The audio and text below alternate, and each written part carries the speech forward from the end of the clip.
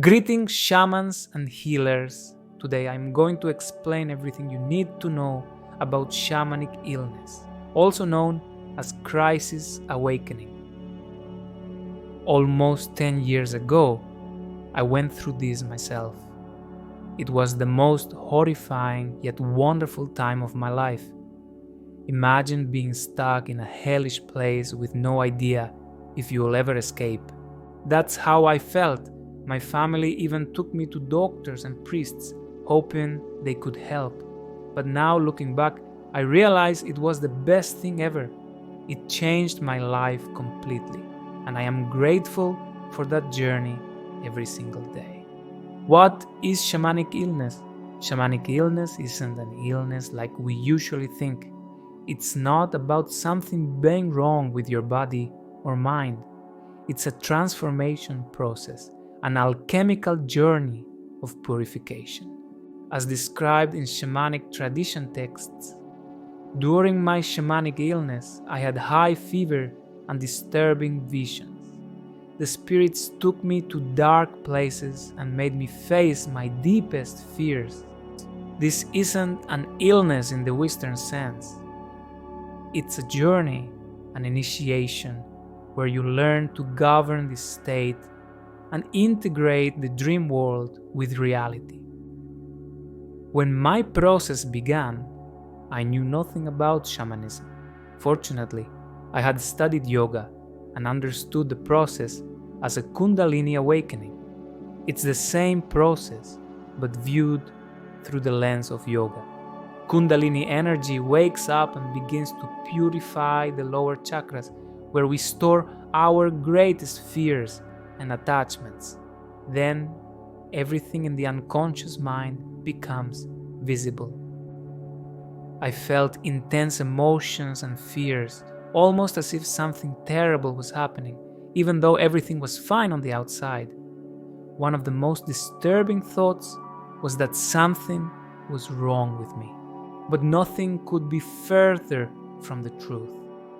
It was the beginning of my transformation. Remember, this isn't an illness, even though we call it that. The meaning behind the experience. So what's the point of all this? When we learn in school or university, we do it through cognitive processes that might help us get a boring job and survive. But to transmute energies, dissolve beliefs, and fight off bad spirits, well, that requires a different kind of learning.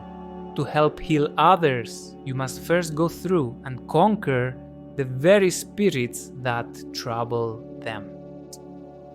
It's not enough to hear about them or read about them. You must experience them deeply, dominate them, and transcend them within your own system. The purpose of shamanic illness is to teach you how to handle dense and hostile energies so that you can first free yourself and then help others do the same. When you transcend a fear, it disappears from your perception, and when you don't perceive something, you teach that it doesn't exist.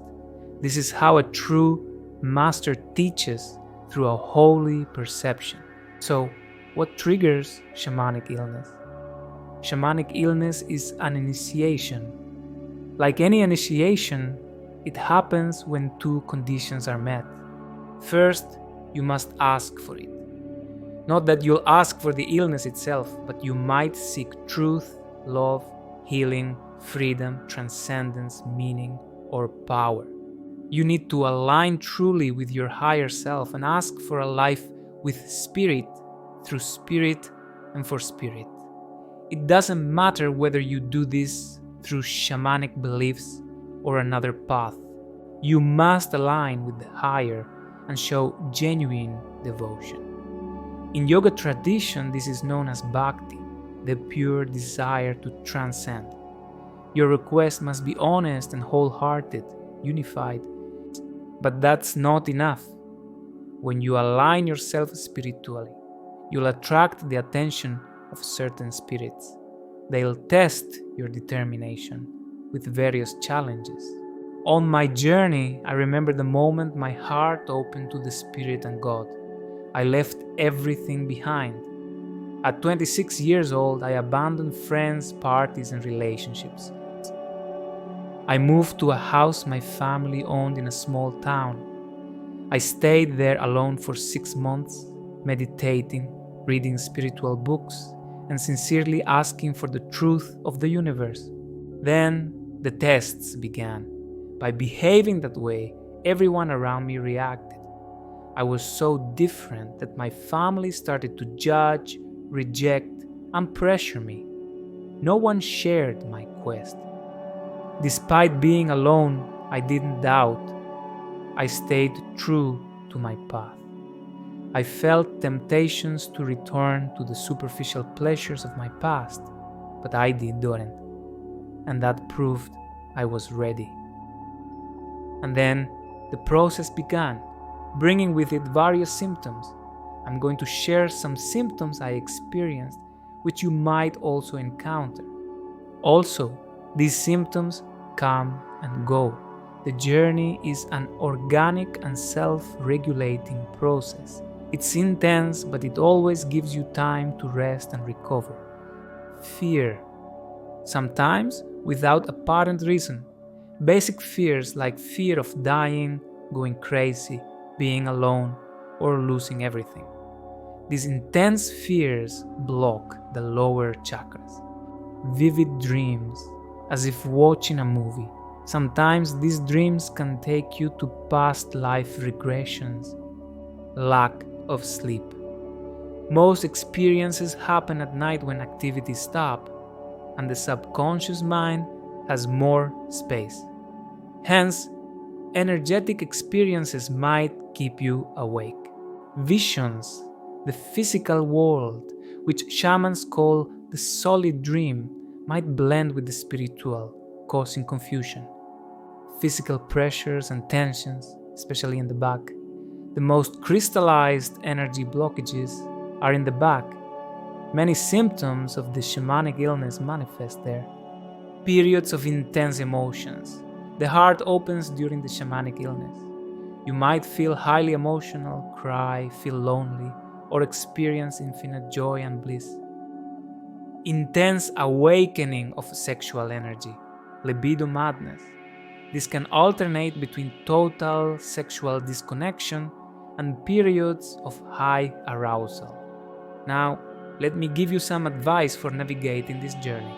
First, you are not alone. Thousands of people are and have been undergoing this transformation. Remember, symptoms come and go. During tough phases, it might feel like it'll last forever. It won't. The process always gives you the time you need to recover and integrate. Keep your external life simple and organized. It will help conserve your energy. You'll need it. Perhaps this isn't the time to pursue grand ambitions, but having a routine can help. Physical activity always helps you reconnect with the physical world and ground yourself.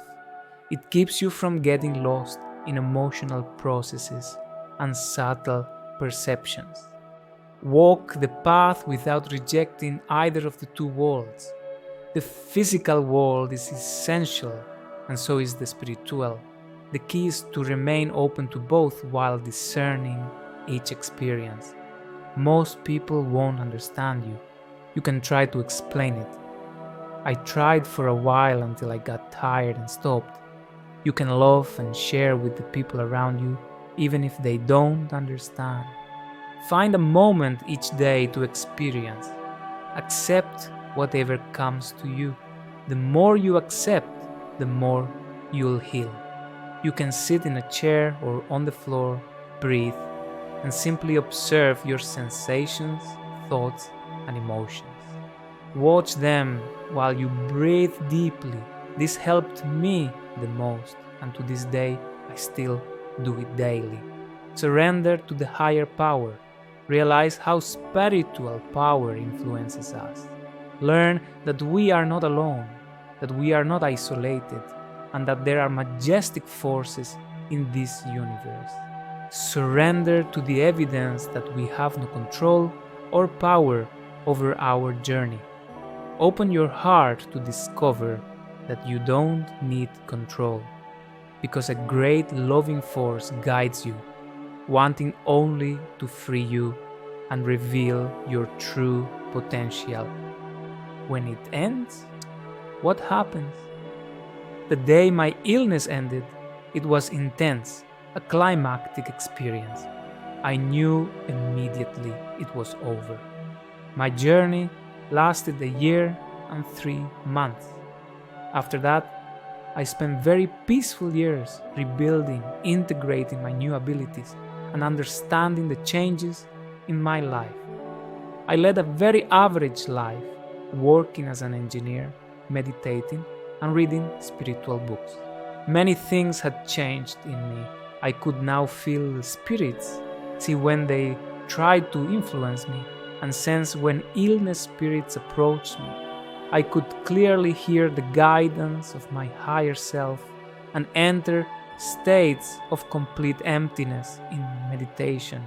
With just a few minutes of relaxation, I could clear all negativity from my mind and saw how this also affected the mind of others. I saw that I could travel in meditation, visit places in the astral world, interact with spirits, and see incredible images. All of it came gradually and smoothly.